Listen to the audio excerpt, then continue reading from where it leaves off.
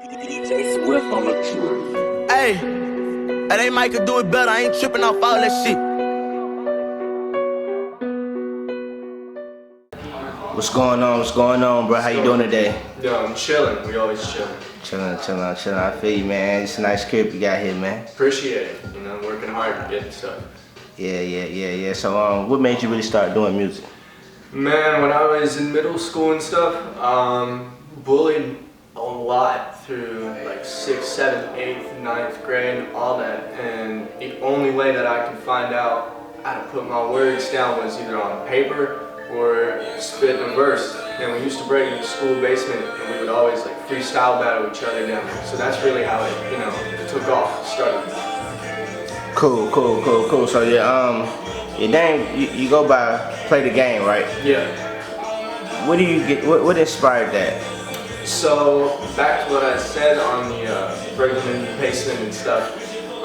People would always say I'm playing the game right because I was doing freestyle verses and stuff. And my boy, he always used to say, "Yo, you're playing the game. If you keep playing the game, and it just stuck." Like that's what I go by, you know. And we're all playing the game too. We're all in this game. We gotta play it every way that we can.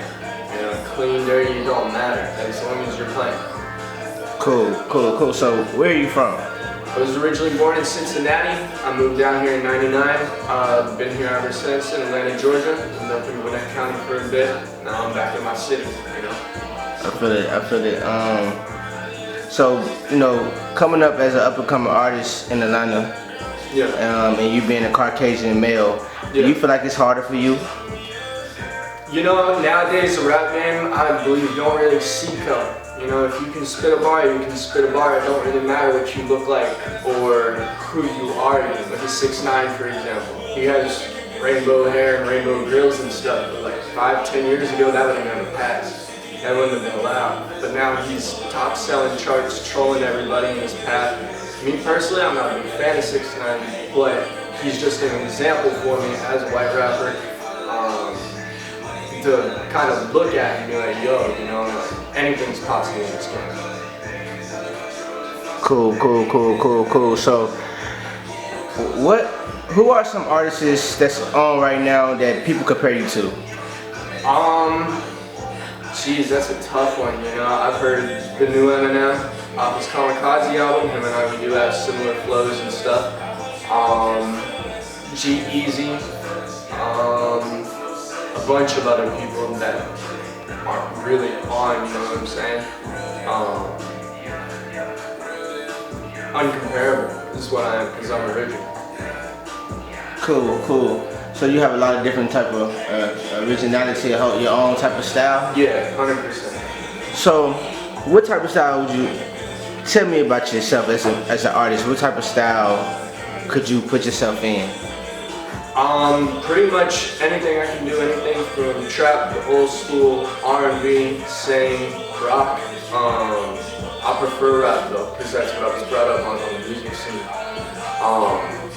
But other than that, I'm just versatile in all the different areas of hip hop and rap. Cool. So what type of label you can see yourself signing with? Hopefully QC, if possible, you know, hit me up. Def Jam, Atlantic, Columbia, Warner Brothers, those big ones. And for what's already out right now in the music industry, the music that's already out, how do you feel like your music could be different and spark up a whole different type of buzz? Because I see that you don't have a lot of tattoos, you don't have tattoos on your face, so yeah. Do you do music, do you talk about drugs in your music? I can talk about the ones that I do, can't really say though. But yeah, I will talk about drugs in the music and in the videos. Nothing's gonna stop me from that. It's part of this culture. It's not a good part of this culture, I agree, but you know, it's there. You gotta talk about it. If you don't talk about it, what's the point of it, you know? I understand that. So with guys like Mac Miller passing away off due to heavy drugs, how do you feel about that? How does that make you want to put a different type of message in your music? I think with my music, perceive it differently, you know? Of course, heavy drugs are never good. Mac Miller, man, he was he was a king at what you did, bro, and he missed you, you know? That's first off. Second off, just stop, you know? You can talk about it and you can do them, but once you start dying off it, that's one thing, you know? It's never good, and I think you need to have some responsibility for what you do. Cool. So basically, in a few little words, you're saying it's not what you do, it's how you do it. Yeah. And it's how you carry yourself about it. Yeah. So do you feel like that could be like a key aspect in your music where you can talk about like, okay, if you're doing these drugs, it's not what you do, it's how you do it with class. Like, could you put that type of energy out? Definitely, 100%. If you listen to some of my music, I say everything I do big. You know? So it's honestly how you do it and the ways that you do it. That's what I think, personally. Cool. I hear you talking about, money and, in your music. Where did you get your hustle from? What type of hustle you had growing up before you started doing music? Man, I used to clean shoes. People called me like sneaker king and stuff in high school because I used to like clean everybody's shoes. People would come to me if they wanted a special pair of kicks. I'm also a designer clothing plug, so if you guys want designer clothes and everything, hit me up on that as well. But that's really how it started, and then I was like, alright, cool, like this is working. Made some money off that, found out that I was pretty decent in music at that time, and even before that, so I wanted to kind of do a hustle to do another hustle, you know? Music's just another game, and that's how it relates back to who I am. Cool. So how old are you again? I'm 20 years old. 20 years old. So being 20 years old, how do you feel like your life is going so far with your music career, with your investments, with everything you want to do and everything you dreamed about? How you feel like it's going at the rate at 20? You can never stop learning and you can never stop getting better. You know, if you just put the time into it, the energy into it, you can go anywhere. And that's what I'm seeing. I'm starting to get people that I never thought I would be hanging out with me and stuff in this crib, you know. So hanging around the correct people and stuff, I can say that things have just gone up. And for everybody around me, I want things to go up, you know. So we're on that mission. Cool. So let's talk about your side of the fence. Before the interview, we talked about growing up, and you said you grew up pretty much with everything you need. You know what I'm saying? So you grew up fortunate, right? Correct. So tell us about that type of lifestyle for the ones that don't understand that lifestyle. Well, how could it's everything got its pros and cons. So what's the pros and what's the cons to that?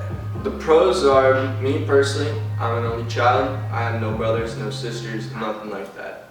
So the pros were that the attention was all on me. And luckily I was blessed enough, thank God, that I didn't go days without food or was on the streets. And if you were, that just builds you up to be a better person, you know. It may sound crazy, but I wish sometimes that I didn't really have that experience. I wish that I was brought down more to build back up, because that's what I'm focused on. I'm focused on building myself up, and it don't matter where you come from. If you're good at what you do, you can do it, you know. But that kind of lifestyle, people always busy and stuff, kind of hectic, worries, stuff like that. So it's no different from lower life or higher life, you know, it's life. That's how I view it, it's life.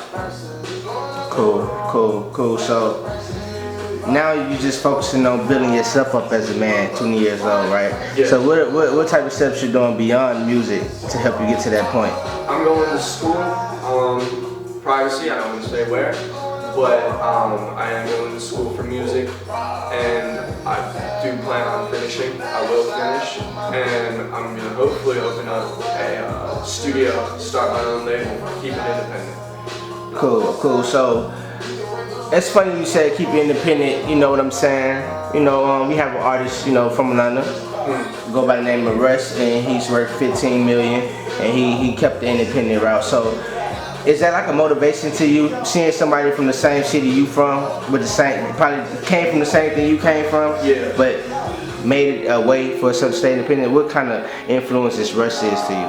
People are gonna hate on me for this. I think Russ is an incredible artist. If you listen to his music, the stuff that he talks about is real, it's impactful, it's melodic even with his tones and everything. Personally, I think his music is some of the greatest. But it is definitely an inspiration seeing where he was, where he is, and where he can go. If you look at him, he is independent, you know? And if he can do it, I can do it. I haven't met anybody that can do something that I can't do yet. So.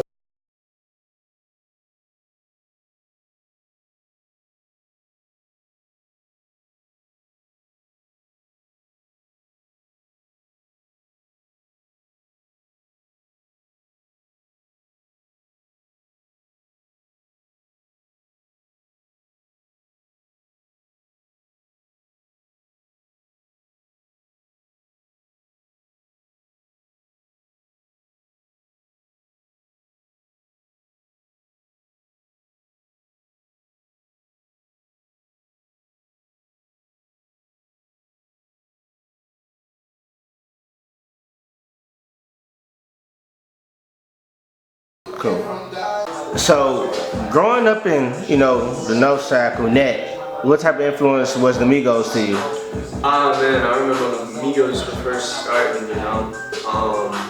It was wild. You heard about them low key, you know, from where I'm from. But then, just like overnight, it was explosive. Like you just heard everybody talking about it, bumping their songs, you know. And that was really like, well, same thing, you know, if I'm from that town, I can do this too. Like, this is something that isn't impossible. There's just normal kids playing on football teams and stuff, and now they're superstars. So if you can come from something normal and a decent background and everything like that, you can do whatever, you know. That's how I feel about it. So, for the most part, would you label yourself as an entrepreneur, own business type of person? 100%. I do music, I produce, I engineer. I'm actually a clothing designer as well, my boy. Check him out at She Call Me Tay on Instagram. And shout out at Needle Knickers on Instagram. These are a pair of needles that I actually make. We do all the work here. Hit us up on there, we'll get you all a pair, definitely. Check me out on Instagram at Play the Game MMX. Get me up on there, and we'll see what we can do, you know. Always willing to talk. Alright, bet. So I see you have like almost over 1 million, you know, listeners on and views on SoundCloud. So how does that make you feel with the speed your career going next? A lot of people that's on SoundCloud don't have even, you know, some people don't have, I understand how it works though, but some people don't have even 1,000 listeners. So with you having 1.3 million, what is some advice you could probably give to people that's trying to get to that level? Yo man, get in every city, you know, make connections, don't be afraid to talk to people, spread your stuff around, go online, put it on forums and everything, because you never know who's listening to your music, you know. So right now I'm biggest in Atlanta, West Chicago, LA, Sacramento, Houston. I mean, I'm nationwide right now. Second biggest country is Russia. So those are my two audiences, America and Russia. Those are my main people, and that's almost worldwide for me. Cool. So, you know, man, it was great doing the interview with you. Yeah, definitely. You know what I'm saying? We're gonna keep working and whatnot. You know what I'm saying? Sure. You know, this Richard Faye TV, man. Anything you wanna say before we get up out of here? Yo, let's play the game. Ooh, you know how it be. We out.